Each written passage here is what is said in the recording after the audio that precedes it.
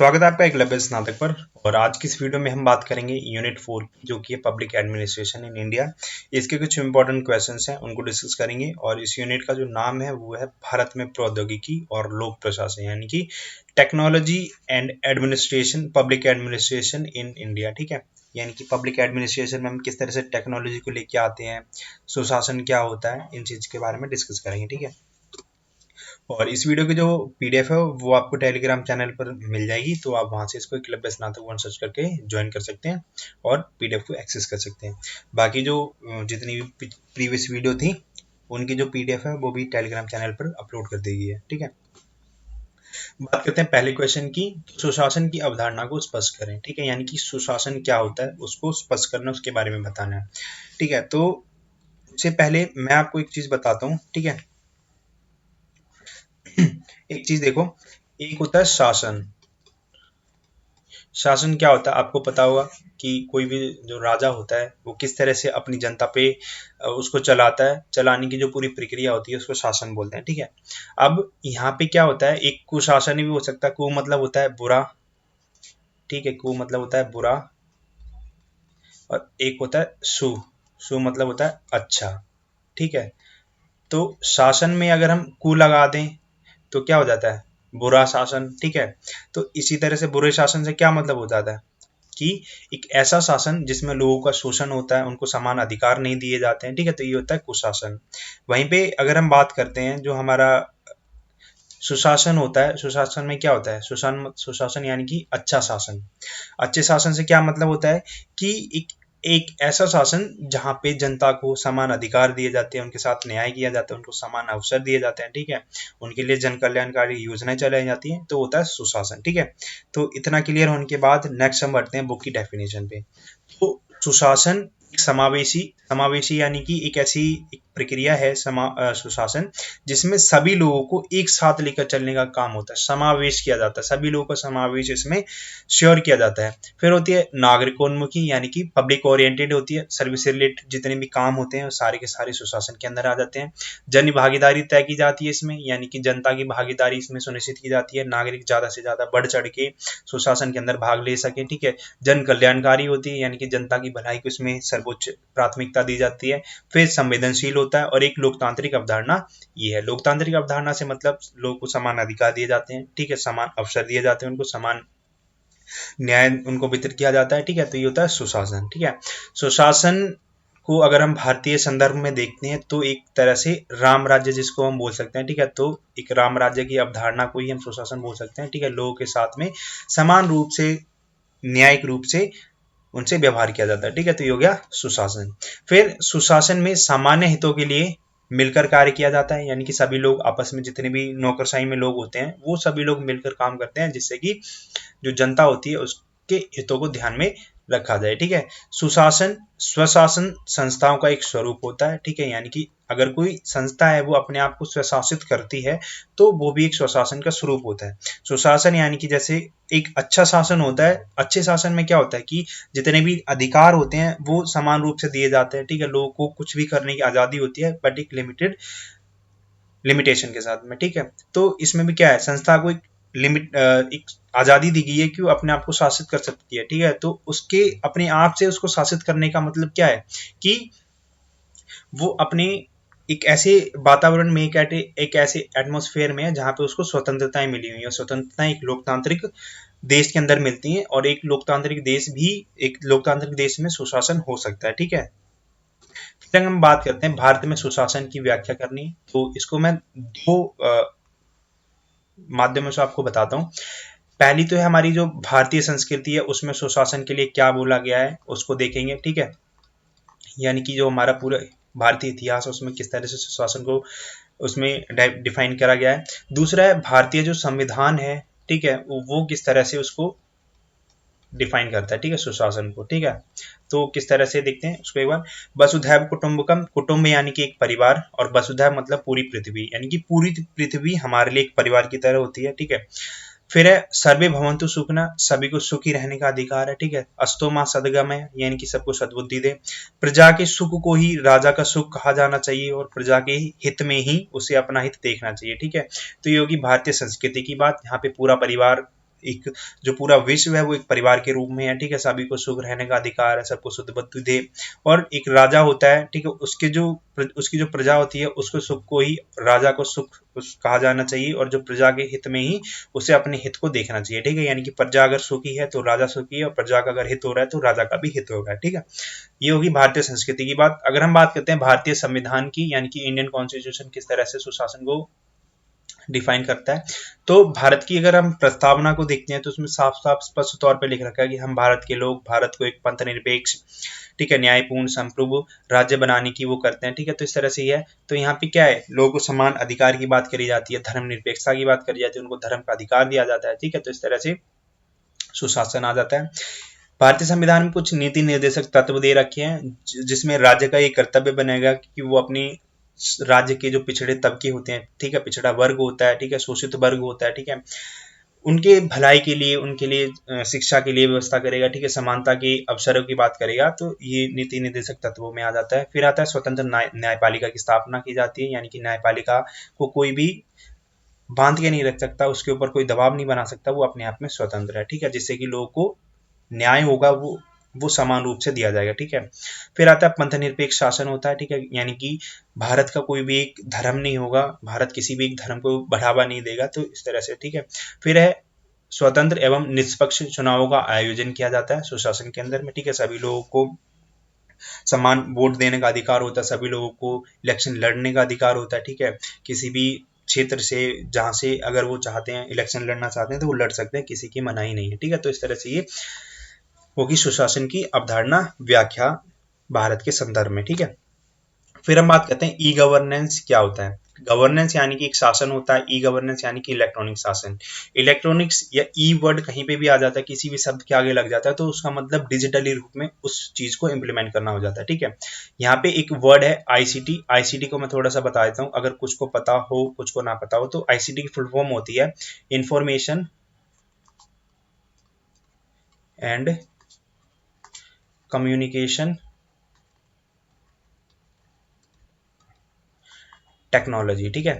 तो इसमें क्या होता है कि हम ऐसे टूल्स का यूज करते हैं जिससे कि हम कम्युनिकेट कर सकें, ठीक है, लोगों के पास में इंफॉर्मेशन पहुंचा सकें, ठीक है। तो ये हो गया आईसीटी। तो क्या है, ई गवर्नेंस से तात्पर्य सरकारी कार्यों और व्यवसायों में आईसीटी को प्रयोग करने से है, ठीक है। यानी कि जो सरकारी काम होते हैं, जितने भी होते हैं सरकारी काम, व्यवसाय होते हैं, ठीक है, और जितने भी कार्य होते हैं उनमें हम आईसीटी का उपयोग करते हैं, ठीक है। जितने भी काम होते हैं उनको करने के लिए हम कुछ ऐसे टूल्स का यूज करते हैं जो कि डिजिटली होते हैं, वो ई गवर्नेंस के अंदर हमें आ जाते हैं, ठीक है। फिर जिससे सरकारी तंत्र को स्मार्ट गवर्नेंस के रूप में परिवर्तित किया जा सके, यानी कि सरकार को हम एक ऐसे रूप में दे सके जहां पे सरकार एक स्मार्ट तरीके से काम कर सके, ठीक है, जिससे कि उनकी जो नीतियां होती है काफी ज्यादा इफेक्टिव हो, ठीक है, जनता का कल्याण हो इस चीज में, ठीक है। फिर ई गवर्नेंस सूचना एवं संचार प्रौद्योगिकी का उपयोग करके लोगों के द्वार पर सार्वजनिक सेवाएं प्रदान करने एवं सरकार के संपर्क में बदलाव लेके आते हैं, ठीक है। यानी कि अगर हम आईसीटी का यूज करते हैं तो उसका उपयोग करके लोगों के द्वार पर सार्वजनिक सेवाएं, कुछ ऐसी सेवाएं होती हैं जो सरकार के द्वारा लोगों को प्रदान की जाती है, वो हम आईसीटी के का यूज करके ई गवर्नेंस के अंदर में लोगों को प्रदान कर सकते हैं। जैसे दिल्ली के अंदर अगर मैं बात करूं, ठीक है, तो शायद कहीं कहीं पे जो राशन होता है वो घर पे उनकी डिलीवरी की जाती है। तो ये क्या है, एक तरह का जो लोगों के द्वार पर सार्वजनिक सेवाएं प्रदान करने का एक माध्यम होता है आईसीटी के अंदर में, ठीक है। फिर सरकार के जो संपर्क में कुछ साधन होते हैं उसमें बदलाव लेके आती है, ठीक है। यानी कि सरकार से अगर किसी को कॉन्टैक्ट करना है, ठीक है, सरकार की शिकायत करनी है, तो उसके लिए सरकार का एक पोर्टल होता है, ठीक है, एक वेबसाइट होती है, वहां पे जाके ये आपस में इनकी जो वेबसाइट होती है उसमें कम्युनिकेट कर सकते हैं, उनकी जो समस्याएं होती है जनता की उसको समाधान किया जाएगा, ठीक है।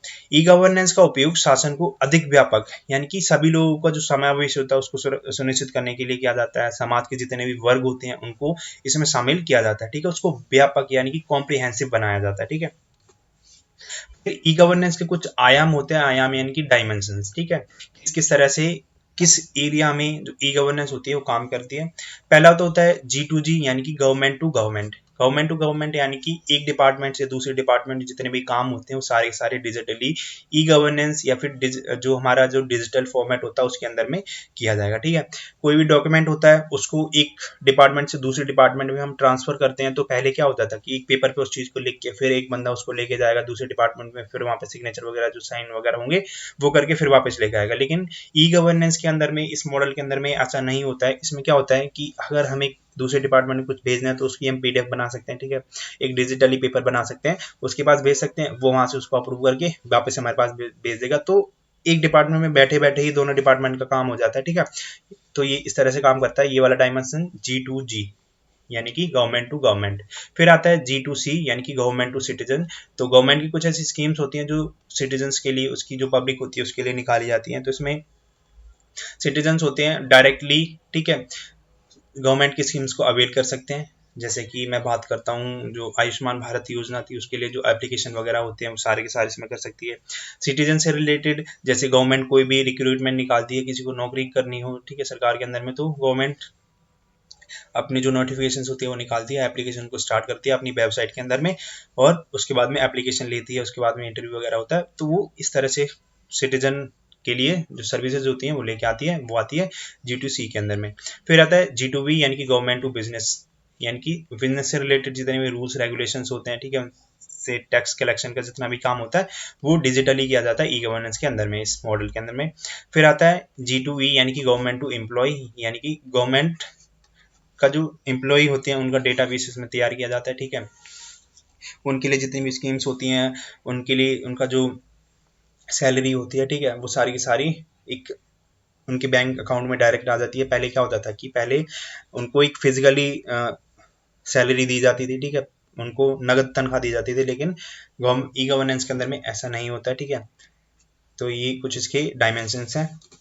फिर हम बात करते हैं इसके मॉडल कौन कौन से होते हैं। तो बेसिकली इसके 5 मॉडल होते हैं जो हमें देखने को मिलते हैं। पहला होता है प्रसारण मॉडल।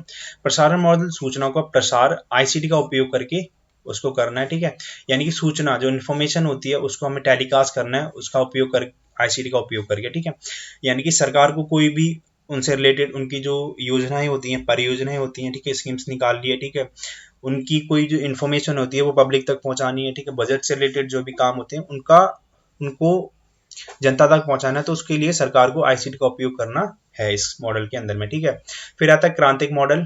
आईसीटी का उपयोग करके दूरियों को कम करना होता है इसका लक्ष्य, इस क्रांतिक मॉडल का। फिर होता है तुलनात्मक विश्लेषण मॉडल, यानी कि तुलना की जाती है किससे, जो डेवलप्ड कंट्रीज होती है यानी कि विकसित देशों में जो टेक्नोलॉजी यूज की जाती है वो काफी ज्यादा एडवांस होती है, तो इसका जो उपयोग है वो विकासशील देश करते हैं।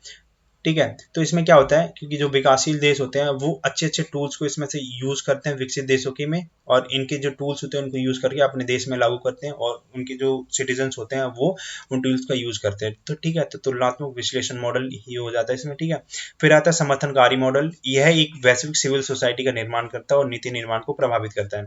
इसका एक एग्जाम्पल मैं बताता हूँ, जैसे कि जो भारत में किसान आंदोलन चला था तो वो बहुत ही व्यापक स्तर पर हुआ था, पूरे इंटरनेशनल लेवल पे लोगों ने उसको कुछ ने क्रिटिसाइज भी करा था, ठीक है, किसी ने उसको सपोर्ट भी करा था। तो ये क्या था, एक वैश्विक सिविल सोसाइटी का इसने निर्माण किया था इस मॉडल ने, और उसमें क्या था कि उनकी जो हमारी जो नीतियां थी, हमारी नीतियों को प्रभावित किया था इसने। ठीक है, यानी कि इसमें ये बताया गया था कि जो किसान थे उनके साथ काफी ज्यादा शोषण किया जा रहा है, सरकार काफी ज्यादा अत्याचारी बन रही है, तो इस तरह से सरकार को फिर वापस लेना पड़ा, तो इस चीज को इसने प्रभावित किया था। फिर एक आता है अन्योन सेवा मॉडल। सरकार और जनता के बीच में जो प्रत्यक्ष सहभागिता होती है उसको बढ़ावा देता है और पारदर्शिता लेके आता है, यानी कि सरकार के जितने भी काम होते हैं उनकी जो जानकारी होती है जनता को मिलती रहती है। ठीक है, कोई भी भ्रष्टाचार से रिलेटेड जितने भी काम होते हैं वो नहीं किए जाते हैं, यानी कि इसमें पारदर्शिता होती है। ठीक है, आता है इसकी क्या क्या विशेषताएं होती हैं। तो इसकी विशेषता को हम एक वर्ड है स्मार्ट, स्मार्ट के रूप में समझ सकते हैं, जहाँ पे स्मार्ट का मतलब होता है स्मॉल, स्मॉल यानी कि जो नौकरशाही होती है उसकी प्रक्रिया को सीमित कर देना होता है। ठीक है, कोई भी स्कीम हम लागू करते हैं उसके लिए इतना लंबा चौड़ा पूरा प्रोसेस होता है, उसको कम करना ई गवर्नेंस की एक विशेषता होती है, उसको कम ही कर देती है। ठीक है, फिर आता है एम से, एम से होता है हमारा मॉरल, ठीक है, यानी कि नैतिकता की भावना आती है इसके अंदर। ठीक है, भ्रष्टाचार को खत्म करना इस खत्म कर देता है ये। फिर आता है ए से यानी कि अकाउंटेबिलिटी, यानी कि लोगों के प्रति जो सर्वेंट्स होते हैं, ठीक है, पूरी ब्यूरोक्रेसी होती है गवर्नमेंट ऑफिसर्स होते हैं उनकी जवाबदेही तय करती है, ठीक है। उनकी जवाबदेही की भावना का विकास इसमें किया जाता है। फिर आता है आर से रिस्पॉन्सिव, यानी कि योजनाओं को जनता के सामने रखना, ठीक है, यानी कि उसको रिस्पॉन्स करना, उसके फीडबैक को लेना और काम करना, ठीक है। फिर आता है टी से ट्रांसपेरेंसी आती है, यानी कि नीति निर्माण कार्य में पारदर्शिता लेके आने का काम करता है ई गवर्नेंस, ठीक है। फिर शासन जो होता है वो प्रशासन और आईसीटी का एक एकीकरण होता है, यानी कि आईसीटी और प्रशासन जब आपस में मिलते हैं तो एक शासन या फिर स्वशासन आ जाता है। फिर शासन की जो गुणवत्ता होती है उसमें सुधार आता है, ठीक है। उसकी जो क्वालिटी होती है, किस तरह से उसमें शासन किया जा रहा है, उसमें सुधार आता है। और सरकारी जो सेवाओं की पहुंच होती है उसको सरल बनाता है, यानी कि जो समाज का पिछड़ा वर्ग भी होता है वो भी सरकारी जो सुविधाएं होती है उसको एक्सेस कर सकता है, उसकी पहुंच उसको अवेल करवा सकता है, ठीक है। ये थी ई गवर्नेंस की विशेषताएं। अब इसकी क्या क्या सीमाएं हैं, यानी कि लिमिटेशंस क्या है उसकी, उसको स्पष्ट करना है। ई साक्षरता का अभाव रहता है, यानी कि जो इलेक्ट्रॉनिक साक्षरता, यानी कि जो टेक्नोलॉजी से रिलेटेड जो एजुकेशन होती है वो इंडिया में सभी लोगों के पास नहीं है, ठीक है। समाज का एक बहुत बड़ा हिस्सा है जो ई साक्षरता से के अभाव से ग्रसित है। लोगों के पास ऐसी नॉलेज नहीं है कि वो गैजेट्स को किस तरह से यूज करें, ठीक है। जो टेक्नोलॉजी होती है उसको अच्छे से यूज नहीं कर पाते हैं, ठीक है। आईसीटी की जो आधारभूत संरचना होती है उसकी कमी होती है, सरकार इस चीज को सपोर्ट नहीं कर रही है, ठीक है। उसको मैंडेटरी करना चाहिए, जितने भी स्कूल्स होते हैं, इंस्टीट्यूशंस होते हैं, ठीक है, ऐसे ऐसे प्रोग्राम चलाने चाहिए, ठीक है, जहाँ पे लोगों को इन चीज़ों के बारे में अवेयर किया जाए, ठीक है। तो उसकी जो आधारभूत संरचना है उसकी कमी हमें देखने को मिलती है। साधनों का स्थानीय भाषा में उपलब्धता का अभाव रहता है, ठीक है। यानी कि जितने भी आईसीटी के टूल्स होते हैं वो सभी की जो लोकल लैंग्वेज होती है उसमें अवेलेबल नहीं होते हैं, ठीक है। तो इस तरह से हमें लेख देखने को मिलता है। फिर शासन में आईसीटी का उपयोग जो होता है वो अत्यधिक होता है, लेकिन कानून को इसमें पुनर्भाषित नहीं किया गया है, ठीक है। कि कुछ डिपार्टमेंट ऐसे होते हैं जो आईसीटी के जितने जो डॉक्यूमेंट्स होते हैं वो पीडीएफ फॉर्मेट में या डिजिटली ले लेते हैं उसको, लेकिन कुछ डिपार्टमेंट ऐसे होते हैं जो उसको लेते नहीं है, ठीक है। तो इस तरह से ये देखने को मिल जाता है। फिर उसके बाद सूचनाएं सरल एवं बोधगम्य नहीं होती हैं। आईसीटी के द्वारा जो मिली हुई सेवाएं होती हैं पहले ही उनके अंदर असाक्षरता का अभाव होता है। फिर उसके बाद में जो सूचनाएं होती है काफी ज्यादा कॉम्प्लेक्स होती हैं, लोगों को जल्दी से समझ नहीं आती हैं। ई गवर्नेंस सरकार और नागरिकों को जोड़ पाने में असक्षम है, ठीक है, यानी कि उसको जोड़ नहीं पा रही है, लोग उनके बीच में खाई है उसको भर नहीं पा रही है ई गवर्नेंस।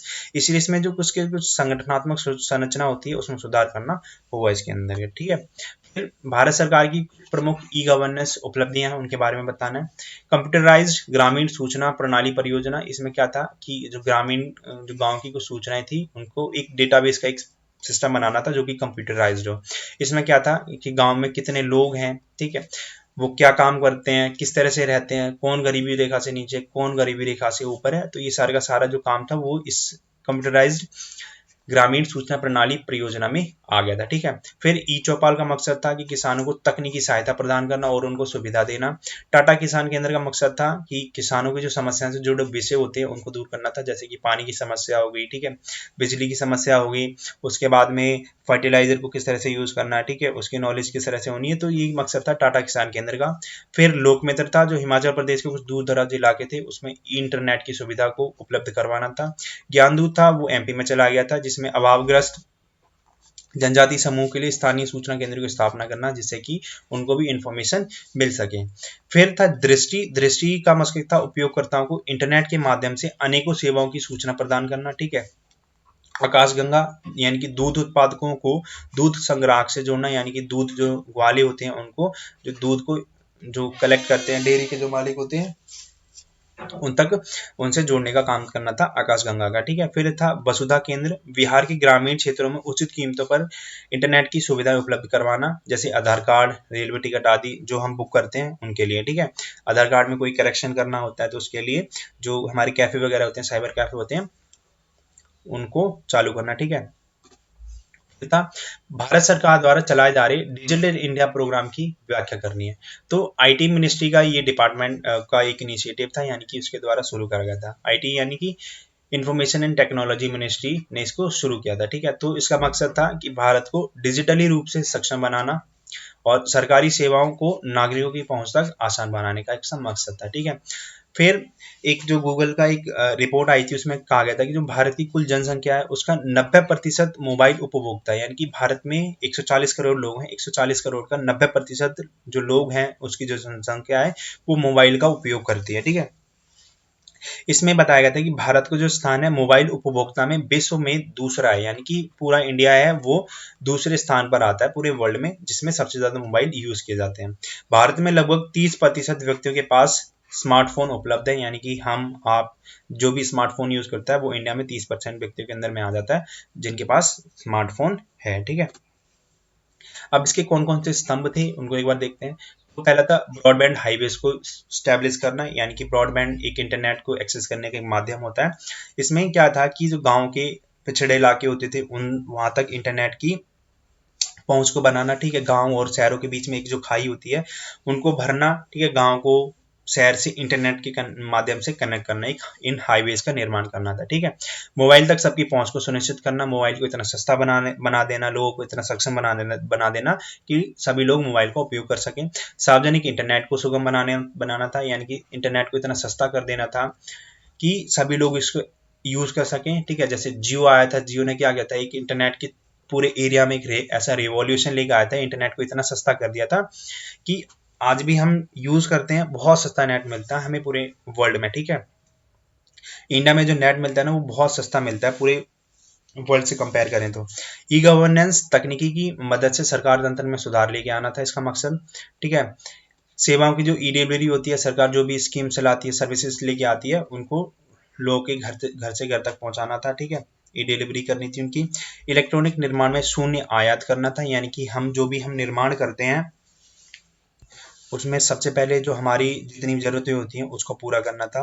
ठीक है, डिजिटल इंडिया को नौकरी के लिए भी हमें यूज करना था। और उसके बाद जो अर्ली हार्वेस्ट प्रोग्राम होता है, यानी कि जो ऑफिस में हम बायोमेट्रिक का यूज करते हैं उसको ज्यादा से ज्यादा करना था। ठीक है, तो ये थे कुछ इसके स्तंभ। और आज की इस वीडियो में बस इतना ही है, और इसकी जो पीडीएफ है वो आपको टेलीग्राम चैनल पर मिल जाएगी। और वीडियो से रिलेटेड अगर आपको कोई भी डाउट हो तो आप कमेंट करके पूछ सकते हैं। Thank you.